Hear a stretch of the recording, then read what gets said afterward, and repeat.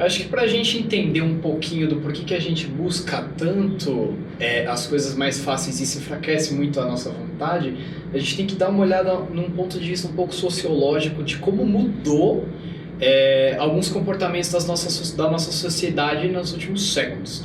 Então a gente veio de sociedades onde se tinha muito trabalho braçal, onde você tinha muito desconforto no cotidiano, as pessoas eram acostumadas ao desconforto, para uma sociedade em que nós somos lotados de facilidades. O que não é ruim de certo ponto de vista, mas em certo ponto deixa a gente acostumados com o conforto excessivo. E aí o que acontece? A nossa vontade, ela é sempre uma luta entre o concupiscível e o irascível. O irascível é aquela nossa busca por bens duráveis, por bens estáveis, mas são bens árduos de conseguir. E o nosso concupiscível é o prazer imediato. Então, se eu sinto sede, tomo um copo d'água. E nós temos essas duas paixões, né, digamos assim. Quando a gente tem um estilo de vida em que força a gente a ter mais desconfortos em vista de um bem maior, de um bem mais duradouro, nós vamos condicionando a nossa vontade a buscar sempre conseguir esses bens através de um esforço maior, através de uma disciplina maior. Então, se você vai para a academia, você tem uma plena consciência de que você não vai conseguir atingir seus objetivos do dia para a noite. Sim. De que você precisa colocar esforço naquilo que você está fazendo, de que vai ser desconfortável, e você sabe que não vai ser sentado no sofá comendo guloseimas que você vai conseguir melhorar. Só que quando a gente coloca esforço pessoal em alguma coisa, isso vai condicionando a gente para outras áreas da nossa vida também. Então, por exemplo, eu sempre falo que uma pessoa que não consegue acordar no horário e cumprir o minuto heróico, muito provavelmente ela não vai conseguir fazer todo o resto bem no dia a dia. Explica pro pessoal o que é o minuto heróico. Ah, ótimo. Minuto heróico é quando você se compromete a acordar em determinado horário e você levanta da cama na hora sem ficar enrolando. Sem ficar com sem soneca, fazer né? Com soneca. Então, tocou o despertador, levanta e vai fazer as suas coisas. E você pode aplicar em outros momentos do dia também. Então, por exemplo, eu vou, sei lá, vou assistir série até X horas e depois vou estudar.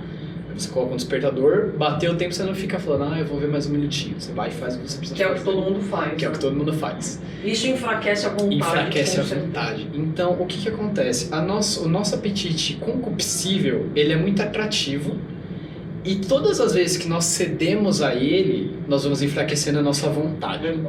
Então, todas as vezes que a gente vê um docinho que a gente sabe que não precisa comer e a gente come, a nossa vontade enfraquece. Só que a nossa vontade não enfraquece só pro docinho. Ela vai enfraquecer para a vida de oração, ela vai enfraquecer para a busca de virtudes. Só que, do contrário também, todas as vezes que a gente não cede a essas tentações do apetite concupiscível e a gente busca cumprir o que o apetite irascível quer, a gente fortalece nossa vontade para a vida de oração, para a busca das virtudes.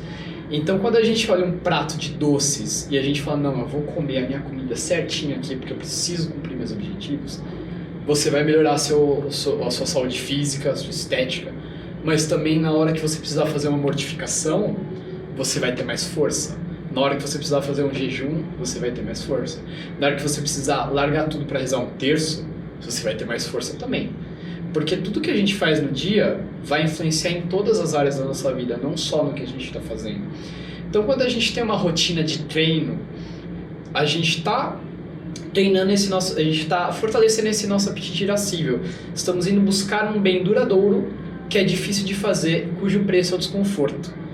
Então, quando a gente vai buscar outros bens duradouros, que são as virtudes, e cujo preço também é um certo desconforto, porque nenhuma virtude a gente consegue de graça, nós estaremos mais fortalecidos. E aí a gente vai conseguindo, através de pequenas coisas que a gente vai mudando na vida, que seja a vida de oração, seja uma vida ativa de exercícios físicos, uma vida de estudos, a gente vai fortalecendo todas as áreas da nossa vida. Por isso que eu sempre digo que não dá pra a gente negligenciar, por exemplo, a vida de exercícios físicos na nossa vida como católico. Porque, além disso, eu presenciei uma cena essas férias, né? Que eu saí de férias, eu fui ver uma tia minha que eu amo muito, Renata, tem já idade. E a mobilidade dela, uma pessoa que era tão assim, ativa, a mobilidade dela hoje, você levar um andador para ela. E por que isso? Porque eu percebo que ela é uma pessoa que não praticava exercício. Sim. E aí você vai vendo que os seus músculos vão atrofiando, a perna vai atrofiando, etc.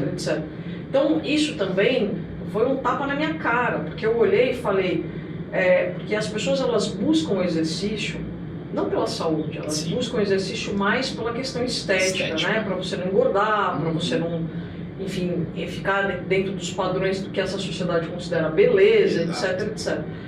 Mas o aspecto físico que a gente não vai ver hoje é aquilo que você falou da saúde. Sim. Você até vê quando você faz os exames, etc. Claro. Você vê que tem um reflexo da saúde, você não fica doente, né?